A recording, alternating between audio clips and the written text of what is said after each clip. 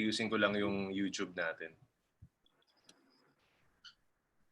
Si JV, Sir Lubar, driven to kaya lang hindi lang masyadong active Pero magbebenta ka na ngayon, di ba? Pwede ba?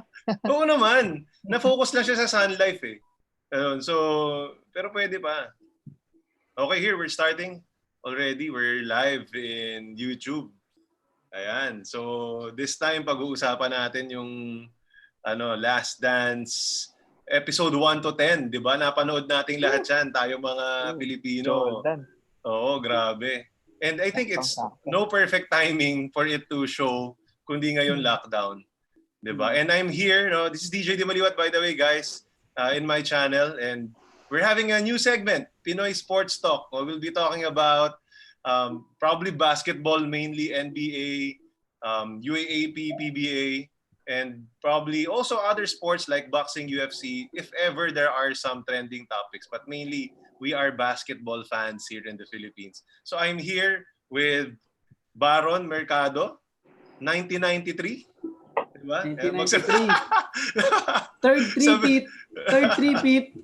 Ako, 1986 po ako, guys. Ikaw, JV, ano ka? 1992. 1992, magkaedad. Yan. Si Sir Lubar? 1972.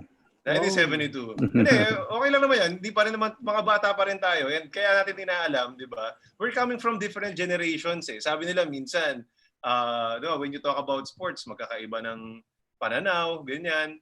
And in reality, like Baron and JV, hindi nyo na ito napanood Yung Jordan era, hindi nyo na ito halos napanood sa TV. No? The 1998 finals, di 5 ka pa lang Bar, 6 ka pa lang JV, di ba? So si Jordan, when Jordan entered the league 1984-85, I was 12 years old.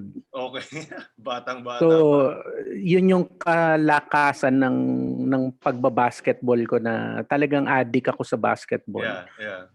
Playing street games ng talagang bilaran sa araw. So doon ako na-expose sa street ball. Okay. Tapos yun yung time na si Jordan, college player pa lang sa 1984 Los Angeles Olympics. Talaga nagpakitang gilas na siya. So doon nag-start yung fandom, fanaticism sa sa legend of Michael Jordan. Tama.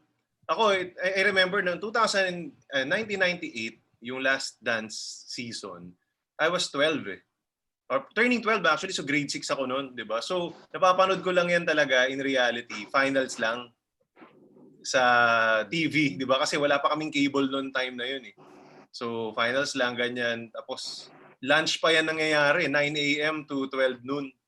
Kung naalala ko noon, ganun yung time dito sa Pilipinas And doon pa lang, of course, really amazing na. And for me, watching Last Dance, the documentary, lalo kong naintindihan how great Michael Jordan is. Ganun. So, grabe ikaw, Bar. Sige. Bar. Nung Last Dance, nasa Chicago ako. Grabe. Nung Last Dance. Nung 97, 98, 99, nasa Amerika ako noon And yung experience na wala kang makukuha. Una, ang mahal ng ticket during the finals, during the yung eliminations, yung playoffs, talagang ang hirap kumuha. Talagang dahil lalo na nung Last Dance, nung last year ni Michael Jordan sa Bulls. Tickets were so expensive, hindi ka makakakuha wala na, halos kasi naman doon season ticket holders, 'di ba, mga ganyan yung mga ang hirap kumuha ng ticket. Kaya talagang sa TV, sa cable ka lang manonood. Pero talagang ang buong Chicago, kahit saan ka maglakad, saan ka magpunta, lahat naka-jersey ng Bulls, naka-jersey ng Michael Jordan. Talagang alam mong nasa Chicago ka, pag ramdam mo nasa Chicago kapag nandun ka. So na-experience mo talaga na nandoon, no? So nandoon ka sa mismong Chicago noong time. Ito was the Asian crisis, di ba? Asian financial crisis ng 97, 98. 97 umalis ako Kaya ka pumunta ng US. Ang galing, grabe. Ikaw, JV, ano masasabi mo sa Last Dance? Sabi mo tinapos mo kagabi. Oo. Di ba? So tapos ko. Anong part yung pinaka nagustuhan mo doon? ako pinaka nagustuhan ko yung yung part na yung regardless kung ano yung situation, yung sinabi niya na indifference si Michael Jordan sa iba. He Oo. lives in the moment, he lives in the present. Oo. Di ba? Sinabi doon na kahit ano pa nangyayari outside, pag nasa basketball si Jordan, basketball pa rin siya. Yung focus niya, talagang Oo. super, wala talagang nandun Kasi advantage na rin yung mga panahon niya. Oo. Walang Twitter, walang Oo. Facebook, walang Instagram. So, that's distraction. Yeah. Unlike ngayon, di ba? Although, syempre, yung mga players ngayon, may mga PR managers na rin naman sa social media. Pero nung mga panahon niya, grabe. Pero sikat na sikat siya. Walang Oo, platform. grabe. Iba-iba yun. Hindi siya sumikat dahil sa Social media. Or dun sa paniniwala niya outside basketball. Sumikat siya dahil sobrang lupit niya talaga sa laro. Oo nga, grabe words yun. of mouth. So, Oo. Tsaka yung kumbaga hindi mo masasabing walang distraction There's a lot of distraction during that time. Then, ang dami niyang pinagdaanan na problema Hindi siya naging madali Ganon. And yet, yun nga, kapag game time, 100%. And ako, na-appreciate ko yun. Being a business owner, kumbaga, I gotta learn something from that na dapat, although maraming problema, anywhere, bahay, or sa work, pag sa nasaan ka, 100% dapat. Ikaw, Bar, anong nagustuhan mong part? In relation din lang sa sinabi ni JV, yung dun sa, di ba sinabi ng Michael Jordan lives in the moment. Parang may isa akong quote na natandaan doon at talagang nagustuhan ko. Yung parang sinabi niya na parang tinanong ata siya kung anong mararamdaman mo or what will you feel if you miss this shot? Yeah. Parang ganito sabi niya, parang bakit ako matatakot or bakit ako mag-aalala sa tirang hindi ko pa ginagawa? Tama. So parang dun pa lang, that separates him sa ibang greats na pag nanonood ako ng YouTube ngayon sa mga interview sa parang marami kasing greats na parang kung ginawa ko tong stop na to dito sa ganito, mananalo sana kami. Si Jordan, parang wala talaga siyang ganung wala siyang ganung mindset na kasi parang he lives on the present lang. He doesn't tend to live on the past. Oo. Grabe. Diba? So for me, ang lupit lang nung ganung mindset na yun nga, in relation din sa business or sa real estate or sa kung saan man na parang bakit ako mag-aalala ng something na hindi ko makokontrol? Parang mag-aalala lang ako dun sa something na makokontrol ko siya. Diba? Tama. Ang galing nun Ang galing nun Alam mo, it's good na to be with people who really play basketball. Alam ko tayong apat, nakapaglaro na tayo together. And yun nga I would like in this panel din talaga yung naglalaro And kasi you've experienced that, di ba? Naalala ko yung part na yung sinasabi mo, din yung nagsushooting sila di ba? Tapos pati doon, hindi niya iniisip na matatalo Di ba? Tapos siya yung nakashoot nung long ball, di ba? Nagpa-practice sila, gano'n. Very competitive, gano'n. Yun nga hindi niya iisipin na magmi-miss, di ba? Lagi niyang iisipin, pasok to, gano'n. Yeah, so really something of value na tao na matututo ka talaga. Not just in basketball but in life. Watching that, it really inspired me talaga na iba siya Yung personality niya, iba talaga. You can really learn something from him. Ikaw, Sir Lubar?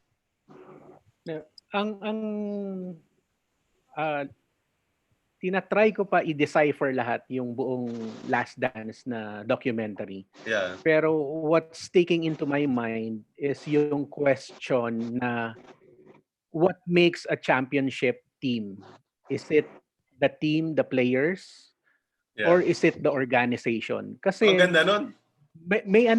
may debate doon no? Yung nakukuha ko, ilagay muna natin yung sarili natin sa shoes ni Jerry Krause. Tsaka ni Jerry Reinsdorf, no? Decision maker sila di ba? Decision maker sila. They are responsible for building the team. No, they are responsible for player salaries. Yeah. They are responsible for hiring personnel from masahista, trainers, doktor to players, di ba? Mabigat 'yun. At ang debate nila is the organization will build a dynasty or a championship team because of the organization. Mm. Ang coaches naman at ang players, we are at the battleground, we play the game, Yeah. 'di ba? Parang sa kanila nung time na issue na yung pagre-rebuild next year and disbanding the team. Hindi naman disbanding the team, hindi yung ball club, ha. Magpapalit na ng coaches, magpapalit na ng players. Even before pa mag 1998 season, nakapag-decide na sila na Phil Jackson, this will be your last year. Oo eh. Diba? So meron na talaga silang plano. No? Mm. At alam nila yung plano nila na kailangan nilang gawin kasi they have to decide na nung bandang huli, di ba, ang contention ni Jerry Reinsdorf, hindi niya na ma-afford yung pressure. Economical, yeah. Yeah. The thing is, sinasabi na nung mga players, hindi mo naman kami inofferan to stay for another year. Yeah, tama yun eh. Oo eh. Ang gusto ko dun sa sinabi ni Michael Jordan, we won the championship, let us lose the championship. Yeah. Kailangan talunin sila dun sa basketball court. Tama. Alisin sa amin yung karapatan na i-defend namin yung championship. Kasi parang ang pangit nga naman kasi hindi mo nabigyan ng pagkakataon yung ibang teams rin na talunin sila. Walang closure just like what they did, di ba, previous to that, yung 80s na yon. Detroit. Yung Boston Celtics, sila yung nagcha-champion, then they were sa Eastern Conference, they were dethroned by the Detroit Pistons. And then the Bulls came, they dethroned the Pistons. Pero ang Bulls, wala naman nag-dethrone sa kanila. Yeah. So wala silang chance na i-defend talaga or at least i-transition man lang. Which is, yun yung nakikita kong competitive fire ni Michael Jordan na alam niya, okay, talunin nyo kami dito sa court. Hindi, kasi tinalo sila sa boardroom eh. Parang gano'n na nangyari. Hindi mo naman masisisi yung executives. Hindi mo rin sila masisisi kasi pera na rin yung pinag-uusapan. It's the salaries of these players na nag-skyrocket na rin dahil dun sa value na na-create nila. So, paano nga yun mangyayari? Di ba? Ngayon, sinasabi lang dun sa documentary, walang offers na ginawa. If they were able to send the offers, baka pumayag, everybody will say yes eh. Yeah, may what if eh. May what if. Kahit 1 year man lang, di ba? Yun yung mabigat. Pero kung titignan mo nga, i-relate mo sa business side ng decision making. Ano nga ba ang mabigat din what creates a championship team? Is it the players? Kunyari, i-relate natin sa Driven Marketing Group. Saan yung success natin? Sa organization ba? Doon ba sa founders, sa management sa team, or ba? doon sa sellers talaga talagang bumebenta? Mahirap yung timbangin. Tama. Pero ako, honestly, bilang ahente rin ako, nagbebenta rin ako, talagang nandun rin siya sa nasa tao yung gawa eh. Oo. The only thing na maibibigay naman ako rin, nasa management rin ako, ang maibibigay natin foundation. Tama. It works both ways. Kailangan mag-create ka ng magandang foundation for a team to be competitive and thriving. Tama. At nagawa yun ng management ng Chicago Bulls. Ng Chicago. Like, one of the best organizations, San Antonio, di ba? But ngayon, for so many years, nung wala ka ng Team Duncan talaga, wala ka na talagang that great of a player, hindi ka rin makapag-champion. And this year, they're on the verge of losing their playoff streak. Number 9-10 sila sa West, di ba? So, possible, yun nga maganda yung organization that can be a longevity. Possible, yun nga, you're respectable. But the question is, yun nga will you reach that peak, yung number 1? I think being that number 1, you need let's say the GOAT or having really great players as well. So it's really mystical. That what makes the Last Dance documentary even more beautiful because there are still what ifs. Yun nga could have they won 7 championship? Di ba? 7 championships. Seven. Ako, Oo. malaki yung chance, di ba? But the question is, yun nga, o sige, inofera mo kami tigi isang taon. Pumayag kami. Nanalo ulit. Paano Isa pa. yun? O paano yun? Nanalo ulit. Baka hindi na kayanin, baka yun yung iniisip din ng organization. Di ba? So every year na lang ba? Ganyan. Although it's a good story, no, na parang a one-year contract na lang lagi. Sabi nga ni Jordan, I've been signing one-year contracts ever since. Ganon. Pero, di ba, sana lang, yun nga there's always a question, sino bang tatalo?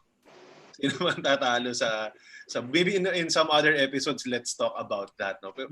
Pagko-compare natin different teams, no? But it's not for this episode. For this episode, let's talk about The Last Dance. Pero so ang ganda nun. Even ako I'm with the players because I'm a player, but I also would like, because I'm also in management, I also would like to understand talaga yung how would I deal with that? Kasi yun nga, if not for Jerry Krause, hindi rin naman na-build yung Chicago Bulls. Yeah. Yung pagkuha niya kay Tony Kukoc, it's still a good piece, di ba? Naging naging important piece yun. Yung decision nila with Dennis Rodman. Di ba? Na even though ganon, outside of the court, on the court, grabe talaga yung focus niya, di ba? So, let's talk about Dennis Rodman briefly kasi the last few episodes of... Teka lang. Sige, bro. May dadagdag lang din ako dun sa may insights kasi ako dun sa... Maganda yung tanong ni Sir Lubar yung... is it parang yung sa Dynasty, is it for the organization or the players? Yeah. Ang akin dun both. Siyempre, parehas tayong player. Siyempre, nakaka-relate ako sa player side. Pero while maturing and understanding things, parehas talaga both ways. Oh, totoo. When you look at the lahat na nag-champion na organizations, there have been great organizations. Yeah. Di ba? Nahirapan yung mga hindi marunong na organization. Let's say, ako sa time ko, from the 2000 Lakers hanggang sa 2019 Toronto Raptors, lahat na nag-champion doon, magaganda ang organization. Yeah. LA, top-notch. San Antonio, top-notch. Detroit, maganda yung pagka-build. Ano pa ba? San Antonio, Miami. Mavs, Miami. Yeah. Miami Heat, Boston, Lakers, Dallas, Miami, San Antonio, Golden State, then Toronto. Yeah. Maayos lahat. Wala kang Si Cubs, may nakalusot isa. Cubs. Medyo dysfunctional yun Oo. Diba? Pero with that, sa Cubs kasi LeBron had to do something. Diba? He needs to take control kasi parang alam niya nag-champion siya sa Miami.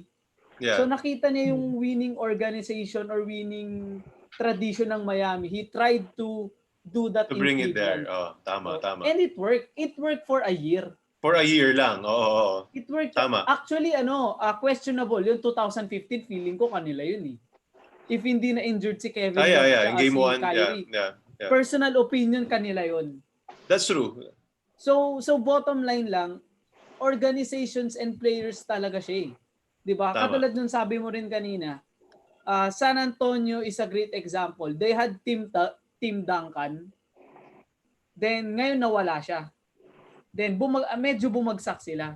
So maganda yung organization pero yung players kulang Tama. Unlike nung kay David Robinson, nag-retire siya noong 2003. Pero may Tim Duncan, may sumalo may Tony Parker na sumalo. Yeah. So, maganda yung organization plus maganda yung players. So, Tama. Yeah. Ikaw, JV, sige. Pakinggan din natin si JV dun sa part na yan. Masasabi niya sa organization and players. Parang it really has to work hand in hand 'di ba? Hindi siya pwedeng separate. Kasi wala player lang ganun. Yeah. And siguro kasi since LeBron fan din ako, yung kay LeBron naman, parang nasobrahan naman yung power niya dun sa organization. Yeah. Sobrang laki ng influence niya na if he wants you traded, alis ka. Wants a new coach, Yeah. Ka rin. Unlike kay Kaya- Kobe nung Lakers time, although may influence si Kobe, pero still, nandun pa rin yung Trust Organization. management. Yeah. O, yung kay LeBron kasi, di ba, GM na nga tawag sa kanya. Tama. Kaya nga, Siguro, so, really, dapat talaga siya. mix talaga siya, no? Kumbaga tamang pagme-mesh, no? And yeah, that shows that the Cavs organization really hindi ganun ka-solid compared to all the other organizations. No? Kasi hindi siya talaga naging maayos eh. Kumbaga, and that's why you gotta respect the decision of Krause and Reinsdorf din na yun yung paniniwala nilang tama eh. Doon sila, hindi nga lang sila nagkatugma ng coaches and players. And which is always a hard thing to do, especially, 'di ba? Kapag yun nga, both egos na rin eh. Tama kami, hindi na sila nag-meet in the middle. Yun yung siging kong challenge. No? But you know, it's amazing. Ako, what I'm amazed about is that yung thinking talaga ni Michael Jordan na okay, i-shoot natin tong last dance season. Parang biruin mo yun, after 22 years, there's just even a gift like this that we're watching and we're experiencing, even yung next generation na hindi naman siya napapanood nila.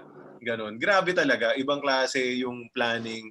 No? So, before tayo pumunta kay Rodman, which brought me back to dun sa na-anticipate niya. Eh. He has that anticipation gift. Yung anticipate niya yung double team siya ni John Stockton. Alam mo yung pasa niya kay Steve Kerr, di ba? That's during the part, I think episode 9. Yeah. 9. Episode 9. Na sinabi niya, di ba sabi nga ni Steve Kerr, I'll be ready, di ba? When he comes off, I'll be ready. Diba, doon pa lang, alam niya nang yun ang mangyayari. Ganun kataas yung IQ niya in terms of the game. Diba? Na alam niyang yun yung mangyayari. Sinabihan niya na kaagad. Diba? He's not even the coach, but he knows whatever will happen and might happen. And that comes true hanggang ngayon. Diba? Na ganun. Sinute niya yun, in-anticipate niya, oh, this will really be big. Itong itong last dance na to. Ganun. So, yeah, ganun lang talaga. Nakakatuwa, nakakabilib yun. I get to understand, in this Last Dance documentary, I get to understand and know Michael Jordan more as a person, not just a basketball player. Doon ko lalong ako nabilib, no, who he was or who he is. Sige, pag-usapan natin si Dennis Rodman kasi napunta tayo doon, naputol lang eh.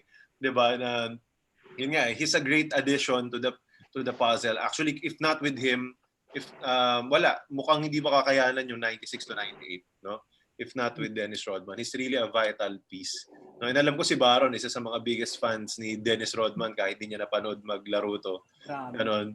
Ano masasabi mo kay Dennis Rodman with these episodes? Malupit. Wala talaga akong ibang malupit. Imagine having the energy na pupunta ka ng Las Vegas one night. Then babalik ka sa court with 110% energy na parang walang nangyari. 'Di ba? Going to WCW wrestling with Hulk Hogan in the middle of the NBA finals. Then returning, then babalik ka tapos you'll be defending Karl Malone. Grabe yung niya. At nanalo sila. Nanalo sila. He made that crucial 2 free throws. O, di ba? Parang saan niya kinuha yun? Hindi mo alam kung ako nga pag kunyari sa simpleng laro lang natin eh. Pag may lakad ako tapos may laro, nakakapagod yun ha. Yeah, totoo. Biyahe pa lang pagod ka na. Yun, si Rodman nag-inom, kung ano-anong ginagawa, nag-wrestling. Tapos puwersado pa rin. It shows that he's 100% committed sa kung ano man ang gagawin niya or dun sa task niya. So kung ang task niya nung araw na yun is mag-defend kay Karl Malone, wala siyang ibang iisipin kundi bidepensahan ko si Karl Malone. Kung ang task niya is to get 20 rebounds on that game, he'll get 20 rebounds on that game. That's what I love about Dennis Rodman eh. Parang sobrang kakaiba niya. Sobrang for me he's really misunderstood by the media. Yeah. Na parang the media created so much buzz kay Rodman na they really underestimated or underlook his performance as a player. Sabi nga ni Pero JV magaling kanina, talaga siya. sabi ni JV kanina, Michael Jordan, naglaro siya ng walang Twitter, Instagram. Imagine Dennis Rodman in the Twitter era. Sobrang sikat pa rin. Grabe yun. Imaginein mo sa Twitter or sa Instagram, Dennis Rodman spotted at Las Vegas. Yung mga fans sunod-sunod yan. Mag-ano na parang grabe naman, ganyan-ganyan. And yet, he still performed. Tama. By the way, shout out tayo kay Wency. Si Wency nanonood. Shout out daw sa mga Bulls fans. Yan, in YouTube. Sabi daw ni George Carl, kabiro niya, si Dennis Rodman daw yung MVP ng 1996. Totoo. I agree. The 96 season, that was the greatest team of all time, no? Arguably. Yes. The 72-10 Bulls. Season. Yeah. Frustrated kasi sila nun after na-eliminate sila. Yeah, oo nga eh. So yun daw yung best nila team. Kaya nga, grabe. Tsaka uhaw na uhaw lahat eh. Alam mo yun, grabe yung time na yun. Nawala na kasi siya si Grant, si John Paxson, yung mga Yeah. Tama. Napalitan BJ Armstrong, nasa kabila na Charlotte na. Ganon. So, this was a new batch except Pippen. Jordan. Diba? Pippen and Jordan. And Kukoc pala. Kukoc. Pero hindi siya nakalaro ng championship season eh. No 91 to 93 eh. Alam ko, hindi. Di ba? When he entered, wala na si Jordan eh. Ganon. Grabe rin eh. Grabe talaga. Sabi nga nila, si Rodman, he's a genius eh. It's just really overshadowed about what he's doing off the court. Mas nakilala siya doon. He created so much image of himself as that bad boy, beyond the bad boy Detroit. Diba? Ganon. Pero kakaiba talaga. Pati yung buhok ako, dun pa lang sa buhok, makikilala mo na siya eh. Sino bang NBA player, even ngayon, yung nakaganong buhok, di ba? Wala. Ganon. I don't know if it's allowed pa. Kasi syempre may mga rules na sila ngayon. Pero kanya grabe, kada laro, aabangan ko eh. Inaabangan ko. Iba-iba kulay. Oo, anong buhok ni Dennis Rodman nun, ganon. So, tsaka yung what I liked about during the part of the documentary, talagang yung genius na nakita na, di ba, pag tumira si Michael Jordan dito sa part na to, dito yung rebound. Oo. Alam mo yun, naisip niya yun. Kumbaga, so what focus, what training yung ginawa mo sa sarili mo, and probably what gift that you have, para malaman mo na dito ka pupunta. Kaya siya ganun kagaling sa rebounds. Di ba? Yun eh. Kumbaga, iba talaga. Dinedicate niya yung sarili niya doon. Kasi he was a scorer nung college eh. Oo nga. Nagto 20 plus points, ganyan. So when he entered the NBA, nagbago siya hanggang sa na-realize niya, okay, ito yung para sa akin. Ito yung game na gusto kong laruin. Dito ko gustong makilala. Ganun. And I think in life, di ba, maganda ganun din eh. Especially if, let's say, you are employed or you have your own business or you're solopreneur. Important din na meron kang certain niche na nakilala ka, doon ka magaling kasi doon ka mag-strive. He can never be a Michael Jordan in terms of scoring anyway. So that's why he became Dennis Rodman, because he focused on what he's good at and doon siya pwedeng makilala. Ganun. Tenacious. So, grabe. Niche market kumbaga talaga. Oo. Diba? In terms of business, naka-niche market siya eh. So, we can learn from that, no? If people in this channel also are watching because of these are business people, entrepreneurs, they want to be successful and more successful. That's something I cannot help but relate it to business. The people who I interview in the digital marketing space, sa sobrang laki, wide ng space, pag nung nagkaroon sila ng certain niche market, doon sila nakilala. Facebook lang, email marketing lang, Instagram lang, doon pumutok eh. So I think that what Dennis Rodman can teach us right now. No, of course, bukod doon sa focus. Natatawa pa ako doon. Naalala niyo ba yung practice, 'di ba? Matagal siya nawala, Las Vegas, tapos bumalik sa practice. Ganyan, 'di ba, yung mag-atakbo sila? Dito ganun. Yung siya pa yung pinakamabilis. Inunahan nila. Kasi binagalan daw ni Jordan kasi alam nila, papagurin sila ni Phil. Indian run, yun. Parang ganun. Yun, Indian run. Kung sino yung Kulit nasa din, eh. harapan, siya yung magdi-dictate ng pace. Ng Ng pace. pace. Tapos kailangan Oo. unahan lang nasa likod. Para Grabe. Parang bumagal. gano'n. Pag Oo. siya daw yung nasa harap, wala na. Yari na sila. Ang Yung tagal ano na pa, ganun.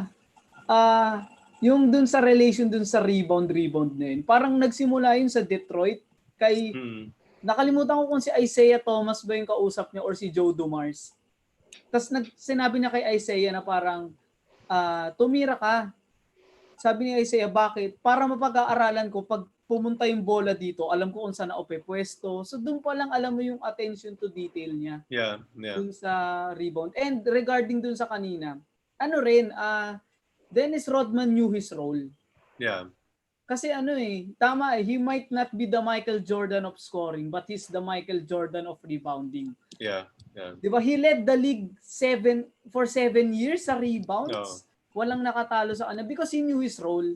Parang nung college, sabihin na natin he's the go-to guy sa team niya. But he went to the NBA and found his role there and he thrived sa role niya na parang sa NBA kasi hindi ka pwedeng scorer ka lang eh. Kasi lahat yan scorer eh. Tama yun. Maganda yung point mo na dyan. Kunyari sa isang team, sa 12-man team, lahat kayo kayang umiscore ng tigte 30 kasi katulad nung sa nagkakomentan kami ni Sir Lubar nun. Lahat kayo magagaling eh. You're the best doon sa area nyo or sa college nyo. Then napunta ka sa isang team na lahat na pinakamagagaling nandoon. So Ateneo ba yan? So one of the things that made the Chicago Bulls great then is and Phil Jackson specifically is he knows the strength of his players na parang yun nga si Rodman. He knows Rodman is a pain in the ass off the court. Yeah. Pero on the court he knows na kailangan nila si Dennis Rodman para rebound, bumax out and to defend the best post player. Tama yun. So he really found this role na parang nakita, di ba nag-post ako ng mga stats ni Dennis Rodman. 0 points, 28 rebounds. Imagine any player right now, third option ng team na gagawa nun. Tama. Would you tell Kevin Love nung time niya sa Cavs na kung gagawin niya yun? Huwag ka mag-points, no? I don't think so. Kasi Kevin Love is a legitimate all-star eh. Yeah, tama. Legitimate double-double team but I don't think he won't do that sacrifice. Tama. Diba? Kaya, actually, ang ganda nun eh. Ang ganda nung sinabi mo na yun na doon ko na-realize eh. Kasi while growing up, I'm watching PBA imports. Tapos diba, nung mga time ng bata pa tayo, hindi pa masyadong galing from NBA eh. But there were some imports na ang galing-galing. Tapos, ba't hindi sila naging successful sa NBA? And then I realized, yes, it's about you playing your role. It's not about just you scoring the basket eh, na porque magaling ka na scorer. Eh hindi, mas magaling sa'yo kung scoran lang eh. Kung shooting guard ka, di may Michael Jordan kang kasabayan eh. May Kobe ka na kasabayan. So, di ba, hindi pa pwedeng yun lang yung alam mong gawin. And I think that's what is special in that Chicago Bulls. No? Yun nga, mapupunta tayo kay Sir Lubar because he's been a leader for so long, so many years. Yun nga, what can you say about Phil Jackson and how he handled the Bulls, especially Dennis Rodman? Nung nag-decide ang Bulls na kunin nun si Dennis Rodman, alam nila yung kulang nila sa team. Lalo na nung wala na si Horace Grant. He left for Orlando Magic. Alam nila wala na silang enforcer, wala na rin si Charles Oakley, di ba? Mas nauna yun na. Mas nauna. So, kinailangan nila to.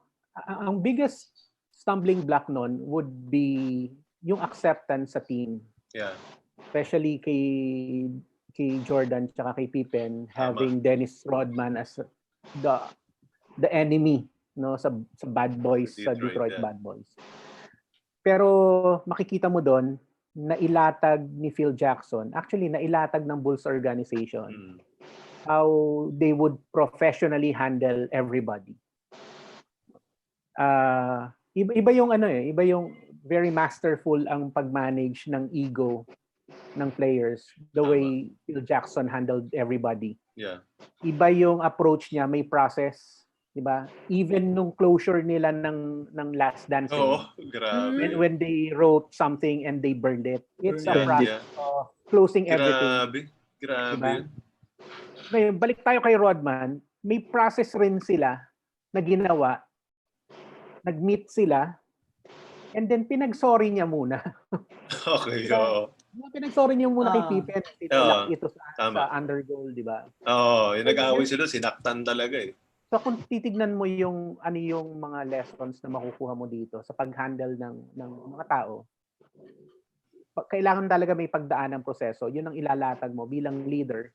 Ilatag mo yon pag nadaanan ng tao at nakita mo na okay na, pasok na yon. Yeah. Ngayon, from there on, i-handle mo na siya kung paano siya tinanggap ng lahat. Like si Michael Jordan, hindi siya bothered. Alam niya kasi na kapag bumalik si Dennis Rodman sa team, alam niya na re-rebound to ng 20. Kailangan lang natin ito pabalikin. No?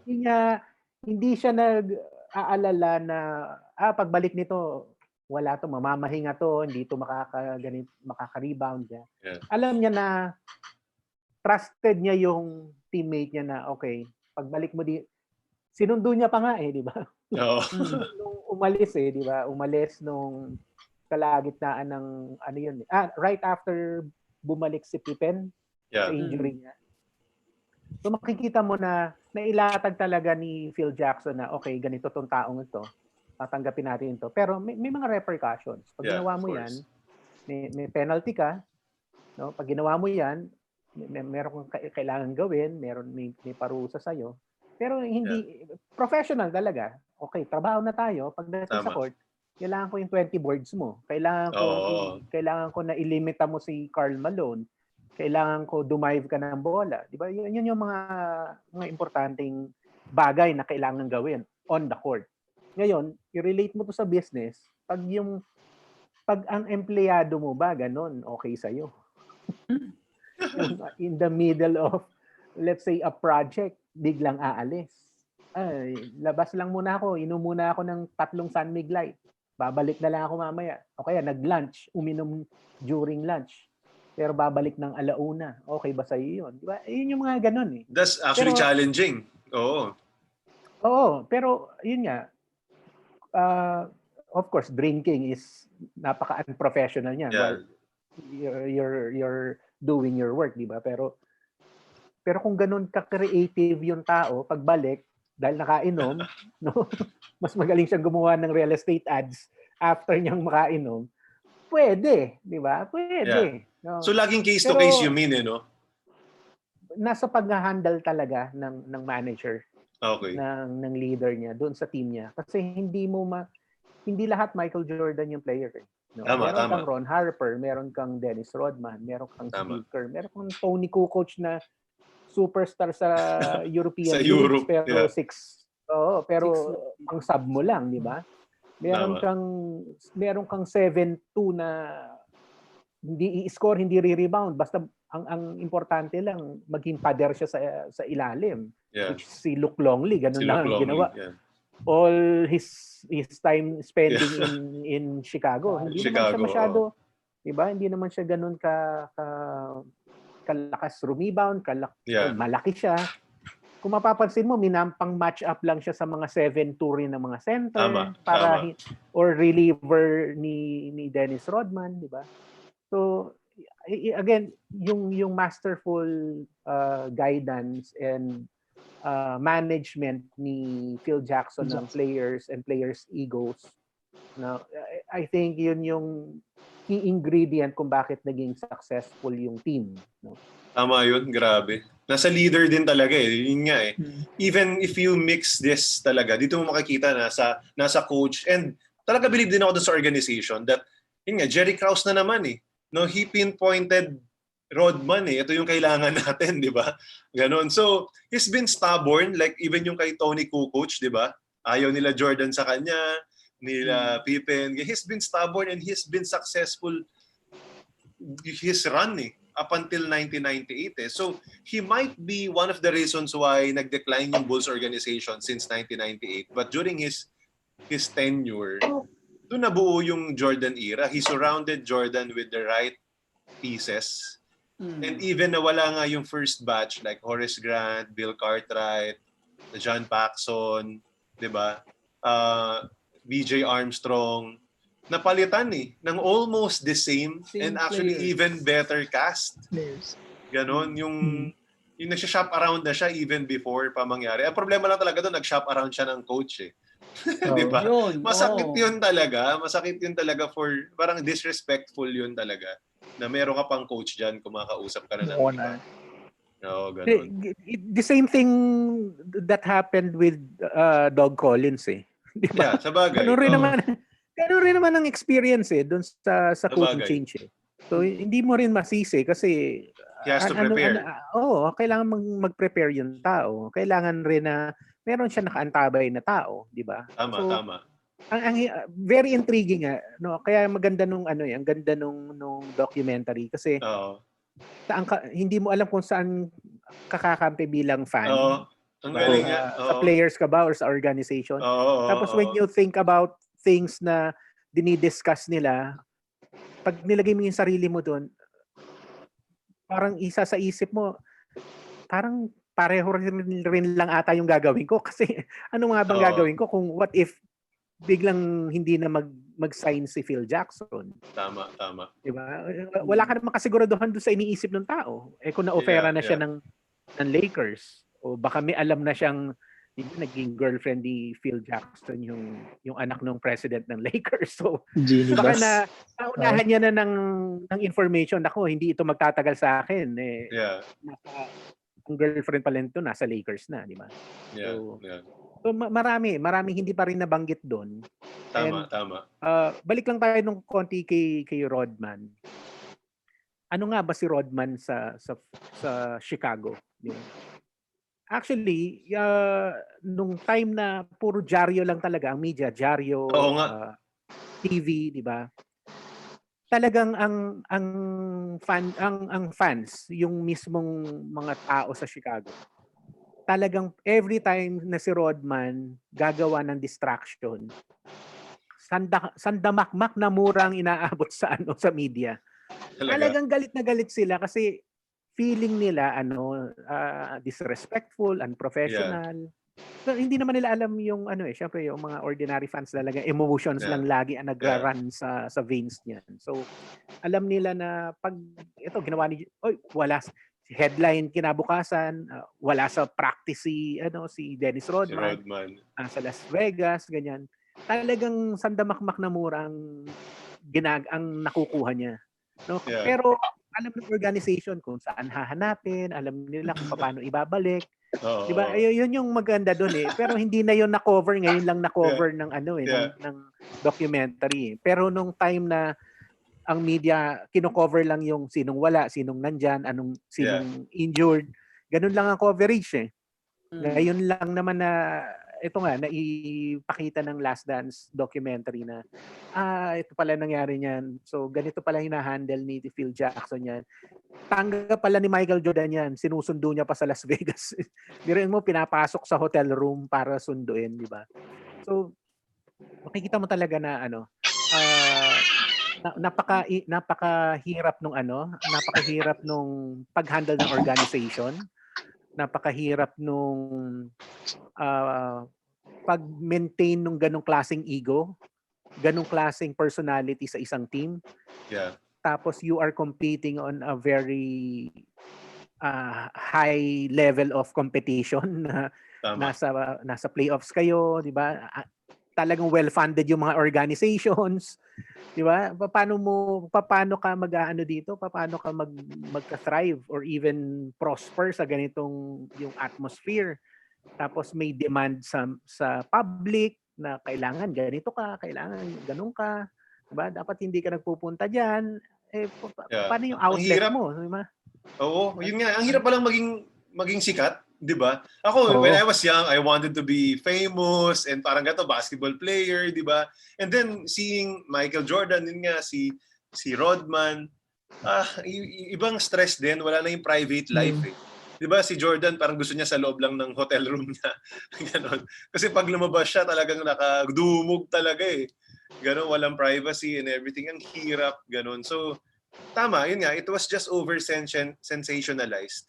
Kasi possible hindi lang naman, yun nga, parang merong expectation yung tao sa'yo as a basketball player parang na dapat tuwid na daan ka lang, parang gano'n yung nangyayari. Hindi ka pwede magkamali. Ang hirap noon, tao lang din naman yan eh.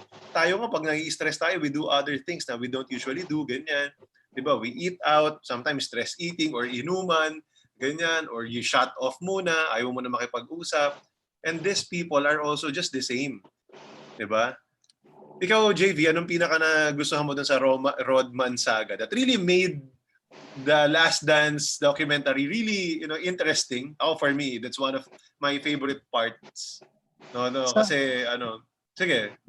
Sa akin yung yung unang unang portion niya, yung nagpunta siya sa Las Vegas, he needs a time off. Yun yung bumalik si Pippen. Di ba 1990? Oo. Then nung bumalik si Pippen, medyo nasapawa na siya. Tapos sabi niya, parang burned out na ako. So in connection naman tayo, di ba? Sometimes we work hard, we hustle, pero from time to time we need to take a step back. Parang just relax. Pero nung pagbalik niya, di ba? Complete po. Although sinundo siya ni Jordan sabi niya 48 hours. Pero sabi nila, hindi bumalik. Hindi dumating ng 48 hours. Hindi mangyayari yan, sabi ni Jordan, kung ni Pippen. Pero nung pagbalik niya, di ba, nakuha niya yung gusto niya, di ba? So when he came back, full na naman yung Bulls, full force na naman. So in relation niya dun sa atin sarili natin, sometimes we just need to take a step back when parang yung clouded na tayo masyado, di ba? So parang okay rin siya. Tapos credit din kay Phil Jackson. Kasi syempre, di ba, ikaw coach ka, contending ka for a championship. Tapos yung isa sa main guns mo, hayaan mo na mag-party sa Las Vegas with uncertainty. So grabe talaga yung management expertise niya when it comes to players, knowing his personnel. Talagang siya, top notch. Kaya nga nung last part, episode 10, sinabi ni Pippen na nagpapasalamat siya. It was a great opportunity to play with the greatest player, Michael Jordan, greatest coach, Phil Jackson. Sinabi niya rin, acknowledge niya rin si Jerry Krause kahit hindi sila okay. Greatest GM, Jerry Krause. Tama meron silang rift pero they always that's what I respect with the players din ng Chicago. Maari meron man silang hindi pagkakaunawaan, but they also recognize na yung tinrabaho ni Jerry Krause, lagi man nilang binubuli. Doon ako natatawa, bully talaga si Jordan. Ganun laging inaasar, small guy, mataba, ganyan. 'Di ba? So, pero yun, they really respected the work of the organization, ganun. Yeah, tama Kumbaga, these are just people. Yun yung talagang, for me, lesson. That's what I also like about the documentary. It also showed not just the basketball side, but the human side of these people. Na, yun nga, na-burn out din, di ba? And that even makes that Chicago Bull dynasty really exciting kasi they are filled with interesting players, interesting stories, yung mga tao na yun. Actually, what I got surprised in this documentary as well. All along when I was growing up, I thought Ron Harper was the guy, 'di ba? Parang ganoon But in this series, he's parang wala siyang story. Wala siyang story dito. So, kumbaga, Steve Kerr is off the bench, but he has that even story with his dad, ganyan, of course with his big big shot, ganon. Kay Ron Harper wala, he's the starting point guard. Pero wala siya, sabi ko hindi pala siya yung pinaka, kumbaga, in terms of that key part siya.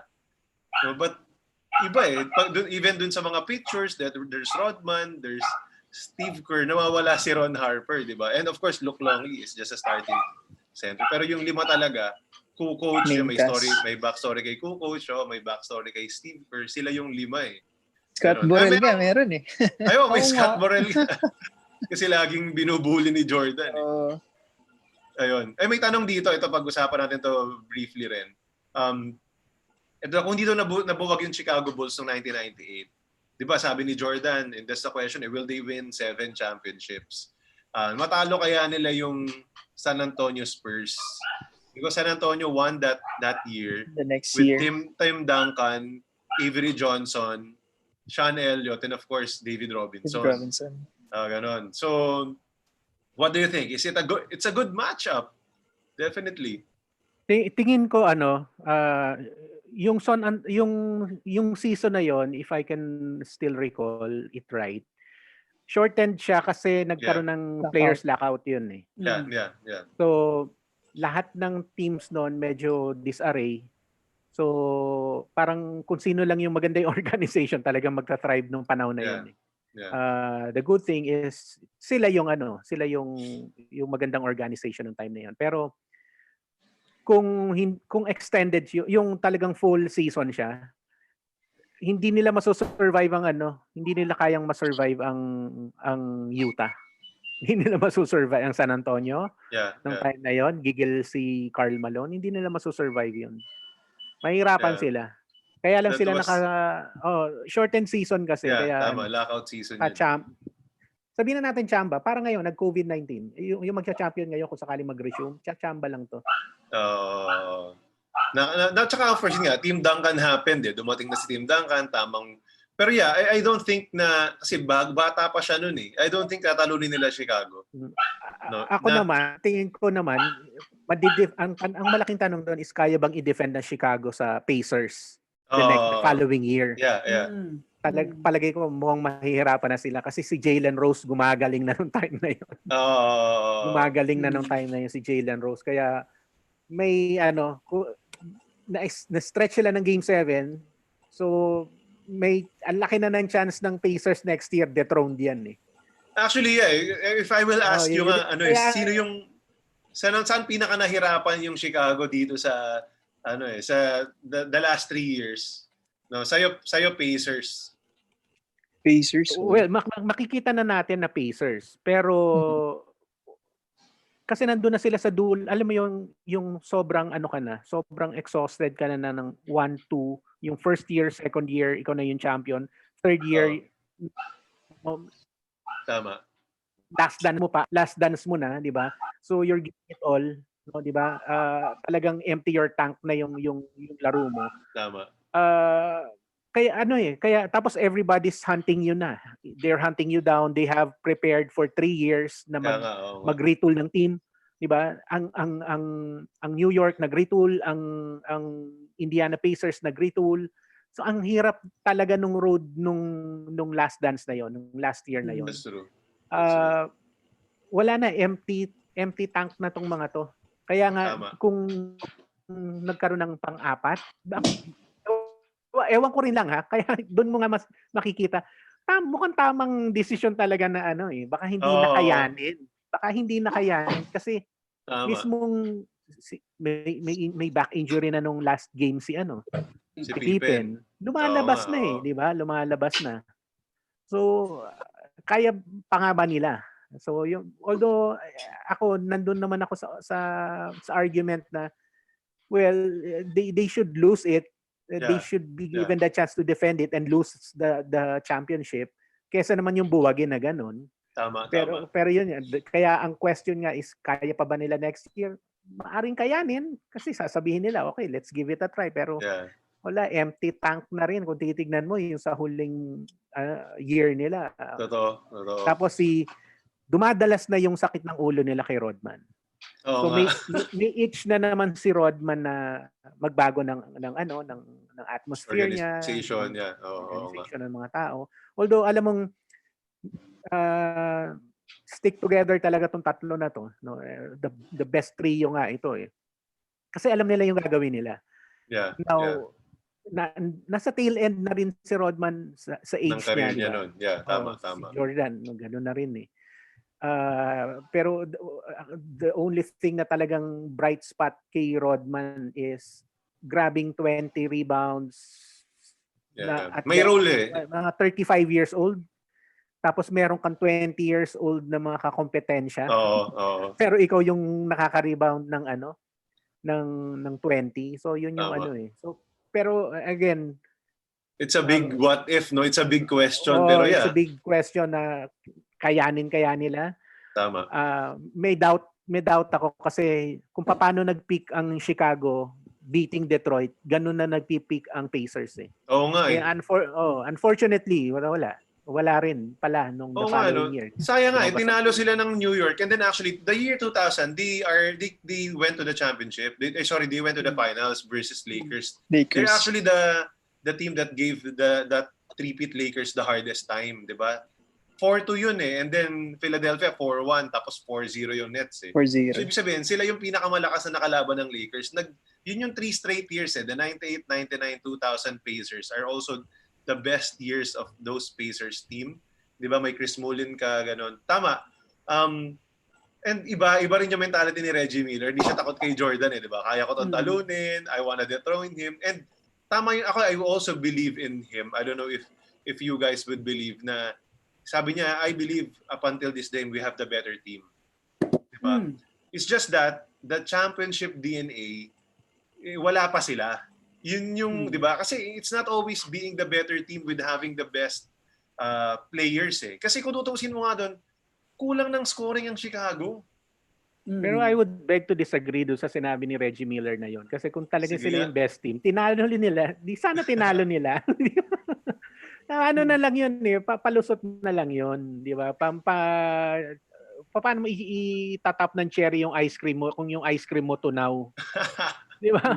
Lulubog yung cherry, di ba? Ganun ko sila nakikita. Well, pwede nilang sabihin nyo, they could throw that argument, pero they could never be better than Chicago that year kasi Chicago was really far superior than them. Yeah. No? Kumbaga, what we can say, humahabol pa lang. Ang nakikita ko lang noon is, nagpipik pa lang sila noon and tama yung mga shots na kinokol ni Larry Bird every kita mo nga na-shoot ni Reggie Miller, hindi siya hindi siya nag-react ng nag-rejoice. Kasi alam niya hindi pa over to, nasa kabila si Jordan pa. Oo. Diba? Saka Nakalaban we could not win the championship na dito lang sa game na to. Tama. Pero yung mga decision ni Larry Bird, nakikita ko kung the following year buo ang season, they could have taken the East. I don't know kung they could have taken also the West, pero sa East mukhang sila nung that year with New York na Sprewell, Houston, tsaka Ewing. Yun eh. Oo, yun. Pero sino bang It's a hard fought battle for sure. Hindi ko alam kung sino nakalaban ng Knicks sa East noon eh. Kayo ba guys, alam niyo ba? May mga sa mga nanonood. Miami. Ang Miami nakalaban ata nila first round pa lang eh. Tapos laglag ang Miami noon eh. So that was 1999. Di ba kasi number 8 ang Knicks nung pumasok sila sa finals. Hindi ko maalala. Ganun ba? Number 8 ba? Alam ko number 8 sila. We have to research that. Number 8, ako napanood ko to sa may video. Number 8 sila, number 1 ang Miami.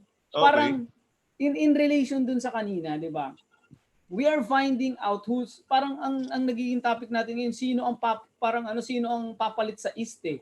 Indiana Pacers is nandun, pero there is some conversations na yung people tend to forget the greatness of the Miami Heat team nung time na yon.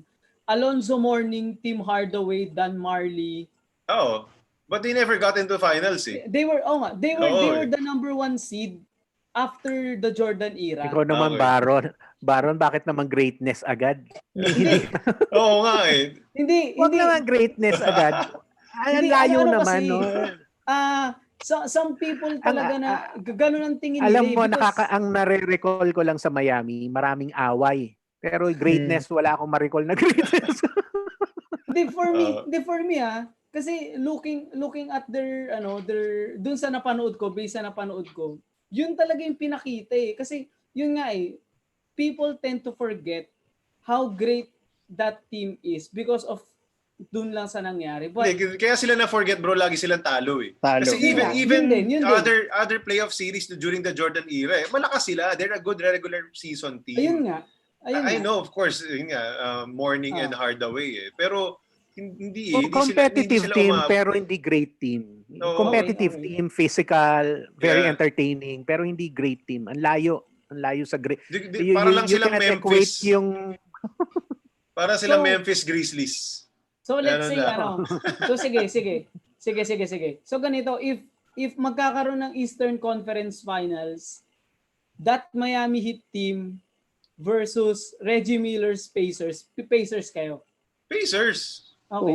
Oo. Okay. Pacers. Iba eh. Okay. Iba yung wala kang sinong titira sa crucial moment. Ganoon. 'Di ba? Tsaka malakas yung front court ng Pacers. Rick Smith tsaka Antonio Davis. Tapos may Dale Davis pa. Malakas talaga yung front court nila noon. Sino naman ang front court ng Miami, 'di ba? Si lang, Alonzo Mourning lang. Sino bang power forward nila doon? Si PJ Brown. Brown. PJ Brown ba? Diba? Si PJ Pero Brown. hindi. Charlotte pa yata siya noon eh. So, Hindi, nandun na siya. nandun na ba siya noon? PJ Brown. But, bata pa siya noon. Ganun. So, ayun. Anyway, sige. So, let's have a few more conversation about, sige, what's your, ano pa yung something interesting sa inyo? Balik tayo sa Last Dance series. Ano pa yung something na naging interesting sa inyo doon? Ako siguro, let's talk about yung, di ba, the Scottie Pippen contract. Yeah. Although sabi natin nga, it was a bad decision. But again, ako naman, just relating to the Last Dance season, maaaring hindi sila nakabuo ng that great of a team to pay off the salary economically if hindi mababa yung sweldo ni Pippen. Kung Pippen and Jordan has paid really good, peanuts na lang yung kakampi nila lalo. Baka hindi nila na-afford yung Dennis Rodman, di ba? Ganon, and all the other players. Although of course, pricing pa naman si Steve Kerr noon, hindi naman pa siya sikat. Maybe walang Ron Harper. Kasi Ron Harper was an all-star, I believe, even in his Cleveland days. Diba? So,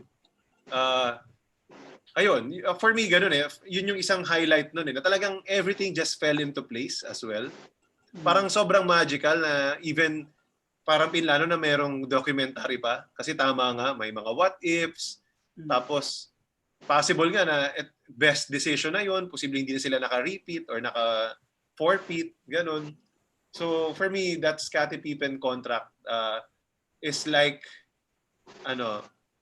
parang destined to happen for the 6 feet.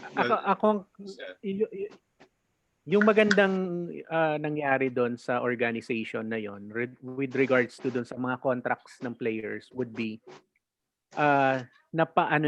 napataas nila yung valor ng bawat players.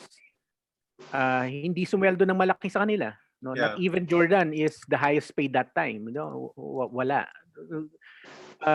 Players are earning big bucks outside their contracts. Yeah. No? Lahat halos endorsements. Yeah. Diba? Doon talaga binabayaran sila ng malaki. Tama. Pero nung lumabas na sila ng Chicago, doon nagbalon yung contract nila. Yeah. There was a time na nag-sign ulit ng 1-year contract si Michael Jordan. It was touted at that time to be one of the highest paid contracts, 1-year contract. No, tingin ko ganun rin nung kinuha ni Lakers si Dennis Rodman for a time, di ba? At nung kinuha ng Blazers si Pippen, ang laki nung kontrata na yon. Yeah, he was traded eh. It was a contract given by Houston tapos na trade. Malaki yung offer ng Houston sa kanya. So, doon na nga nangyari. Kumbaga parang dahil nga sa Bulls, nag-cash in sila after the 98 season. Yung value nila. So tama nga talaga si Reinsdorf na kumbaga parang he's giving these people a disservice if next season pa tigo 1-year contract ang liliit eh, di ba? Kasi they are destined for a big pay na eh. Yun nga, Steve Kerr, Tony Kukoc, si Rodman, si Pippen. And dun nga, si Pippen naman, nag-cash in siya after eh. So, yung big contract niya ng Houston, although it didn't work, dahil sila dalawa ni Barkley doon. No, it didn't work, kaya siya na-trade sa Portland. Doon naman yung lumaban sa Lakers noong 2000. Diba? Yun. So, ang ganda eh. Ang ganda nun. Ikaw, JV, ano yung pinaka nag-strike sa'yo ulit, no? Doon sa pinaka naaalala mo or memorable moment mo ng Last Dance? Sa akin, yung supporting cast. Para sa akin, yung supporting cast. Yung nag-evolve na supporting cast. Kasi hindi naman makukomplete yung championship runs kung wala yung mga supporting cast na batch 1, batch 2. Oo. Diba? Parang they step yung ego nila. Tinabi nila. Lalo na si Tony Kukoc. Kasi di ba may segment si Tony Kukoc sa Europe, siya yung hotshot. Yeah. Then dumating siya sa Chicago. 1 year wala si Jordan. Then bumalik si Jordan. Like kahit yung pagdating niya kasi nandun pa si Pippen. So na-appreciate ko rin yung pag-giveaway ng supporting cast. Tsaka ano rin, yung leadership ni Jordan na tough love. Oo. Sobrang Oo. tough love siya eh. So, wala siyang Grabe. sinusugarcoat eh. Oo. So, talaga pag nakita niya yung potential mo, ipupush ka niya. Although magmukha na siyang bully, pero pinupush ka na talaga. Yeah, yeah. Then ano naman, pag nakuha mo yung trust niya, bibigay niya sa'yo talaga yung opportunity. Like kay Steve Kerr, kay John Paxson, si Scott Borrell. Gusto niya rin si Scott Borrell eh. Oo. So, diba? So yung nakuha nilang experience playing with the team, playing with Jordan, sobrang nag-translate din. Tumaas yung value nila. Yung iba overseas naglaro. Kagabi kasi ni-research ko yung mga player eh, kung ano mga nangyari sa kanila. Yung iba coach na pag naging successful sa ibang countries. So talagang okay. Tama, no? Ang galing ang galing. Siguro na Jordan also understood that he cannot do it alone eventually in his career. Na na-realize niya, kailangan kong i-push yung team ko. But I will not stoop down and lower my standard sa inyo. No? Kumbaga, if you wanna play with me, you got to play at my level. Parang ganun yung nangyari. Kaya nga nagkasuntukan pa sila ni Steve Kerr. Steve Kerr. Yung nakakatawa. Sinapak niya si Steve Kerr tapos napaganda pa eh.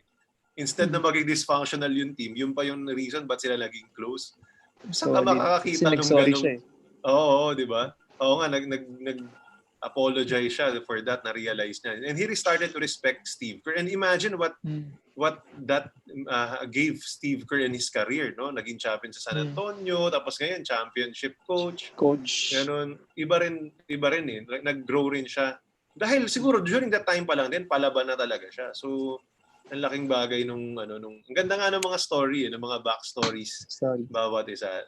Yun ako na-miss ko lang talaga the Ron Harper backstory kasi they have that parang history ni Jordan, magkalaban sila sa Cleveland and Bulls eh. Then tapos dito wala eh. Wala siyang story with Ron Harper, hindi ko alam kung bakit. Ganon. Speaking of Steve Kerr, siya lang ang naka-forfeit dun sa Chicago Bulls team na yun, FYI. Kasi 1999, nasa Spurs na siya. So, nag-champion siya. 96 to 99. Four straight championship. 4 straight. Siya nag-forfeit. Basta kaisa pa siya, 2003. Oh, 5-time champ. 5-time champion siya. 5-time champ. 3-time as a coach. Tapos sa coach talaga. Actually, yun nga, ganun nga, hindi talaga ganun kadali. Yun nga, ako yung kanina binabanggit ni Sir Lubar na yung organization. Like itong Golden State, 'di ba, nahuli. Hindi rin nila na-sustain yung sa dulo kasi nga because of injuries it might be some misfortune but it could have happened in Chicago as well nung huling season kasi patanda na sila, pagod na. 'Di ba 5 straight finals appearance ang 'di ba, ang Golden State, 'di ba? So it really took a toll on them nung huling year. Yun nga. So possibly baka nangyari rin yun noong 1999. Although it was some people say the Bulls could have benefited from the lockout. Yeah. Kasi nga, nakapag-rest, ganon, napahaba, January na yata nag-start yung season, 15-game season lang. Yun. So, it was a fast and quick season eh. Ano. Okay, sige. So, I think we had a good conversation with this. I hope that, siguro let's have another session with this na magkakaroon pa tayo ng more kwentuhan. Ang dami, ang haba nung 10 episodes just to have 1 hour of sports talk with you guys. Thank you very much with your time, Kuya Bar. And Sir Lubar, JV, thank you very much for your time. And thank you very much for watching. Let's have another session again. Bye-bye, guys. Bye-bye. Bye. Stay safe, everyone. Stay safe. Bye-bye. Bye-bye.